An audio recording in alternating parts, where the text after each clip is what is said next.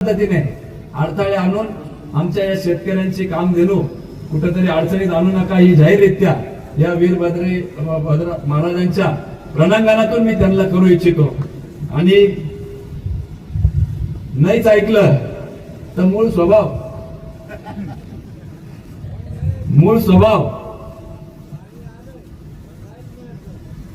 त्याच्यावर येतो, पाणी वीज लाईट सगळ्यांवर येतो, परंतु मूळ स्वभावाप्रमाणे किती संयम ठेवायचा प्रयत्न केला तरी कुठेतरी संयमाला खऱ्या अर्थाने अनेक क्रॉस फायरिंग झाली, अनेक टीका टिप्पण्या झाल्या, परंतु आज मी फारसं काही टीकात्मक भाषण करू इच्छित नाही।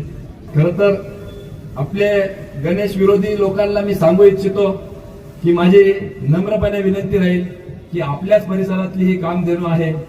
2-3 वर्षानंतर पुन्हा निवडणुका येणार आहे, तुम्ही रितसर लोकशाही मार्गाने सभासदांपर्यंत जा, तुमचे मत ठेवा आणि या निवडणुकीमध्ये उभे राहा, परंतु अशा पद्धतीने अडथळे आणून आमच्या या शेतकऱ्यांची काम देणू कुठेतरी अडचणीत आणू नका ही जाहीररित्या या वीरभद्र महाराजांच्या रणांगणातून मी त्यांना करू इच्छितो। आणि नाहीच ऐकलं तर मूळ स्वभाव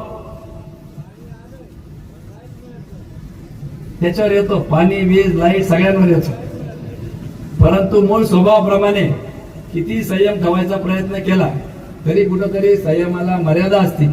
स्वतःच्या स्वार्थासाठी नाही, आमचं काही कोणाशी बांधावरून भांडण नाही, परंतु संस्थेसाठी संस्था हितासाठी वेळ प्रसंगी रस्त्यावर उतरायची वेळ आली तरी त्या ठिकाणी तुमच्या बरोबर मी त्या ठिकाणी उतरल आणि अशा प्रवृत्तींविरुद्ध आवाज उठवण्याचं काम मी या ठिकाणी करेल। खरं तर मीडियाचे बांधव देखील मोठ्या प्रमाणात या ठिकाणी आले, अनेक जाहीर सभा झाल्या, अनेक सत्कार झाले, परंतु राहत्यात म्हटलं की तुमची विशेष उपस्थिती राहते, फक्त स्टेजवरच फोकस करा, नाही तर सगळे घेतले का परत अडचणी सगळ्यांना। ते म्हटलं जसं चारी सुटली नाही, एखाद्याची डीपी हात झाली, परत तेच बेकबे, परंतु मी कॅमेऱ्यात दिसले तरी अडचण। परंतु मी या ठिकाणी सगळ्या विरोधकांना सांगू इच्छितो, आपण सर्वजण आपण जेव्हा शपथ घेतो तेव्हा कुठलाही पक्षपातपणा न करता सर्वसामान्यांच्या तळागाळातल्या प्रश्नांसाठी त्या ठिकाणी आपल्याला संधी मिळालेली असते, आपण त्याच पद्धतीने काम करावं हीच या निमित्ताने विरोधकांना मी विनंती करतो। आणि नाहीच झालं तर त्यांना एवढंच सांगू इच्छितो की जब भी मैं घायल होता हूं तब मैं घातक होता हूं, एवढंच त्यांनी या निमित्ताने लक्षात ठेवावं।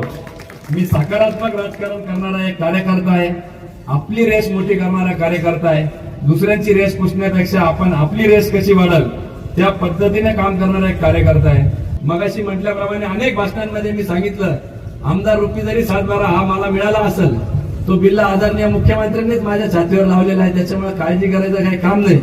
परंतु आमदार रूपी हा 7-12 जरी मला मिळालेला असला तरी त्याच्या पोट हिस्सामध्ये आणि इतर हक्कामध्ये तुम्ही सगळेजण आहात, त्याच्यामुळे काळजी करायचं काही काम नाही।